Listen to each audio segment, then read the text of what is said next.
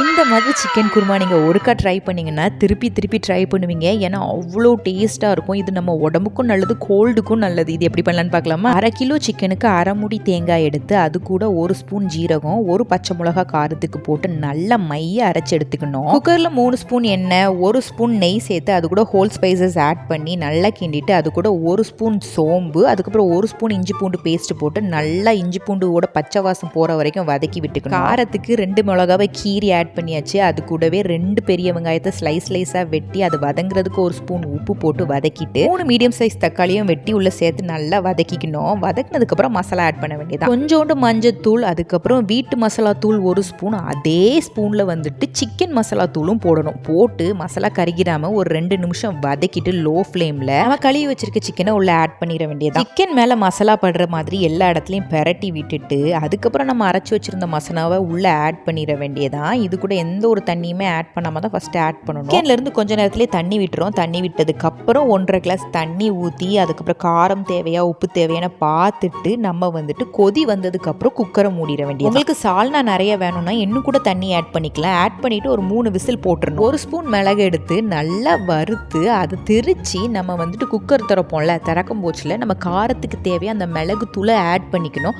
அது கூடவே வந்துட்டு கொத்தமல்லியை ஆட் பண்ணி சர்வ் பண்ணிங்கன்னா உண்மையாகவே அவ்வளோ டேஸ்ட்டாக இருக்கும். சளிக்கு ரொம்பவே நல்லது.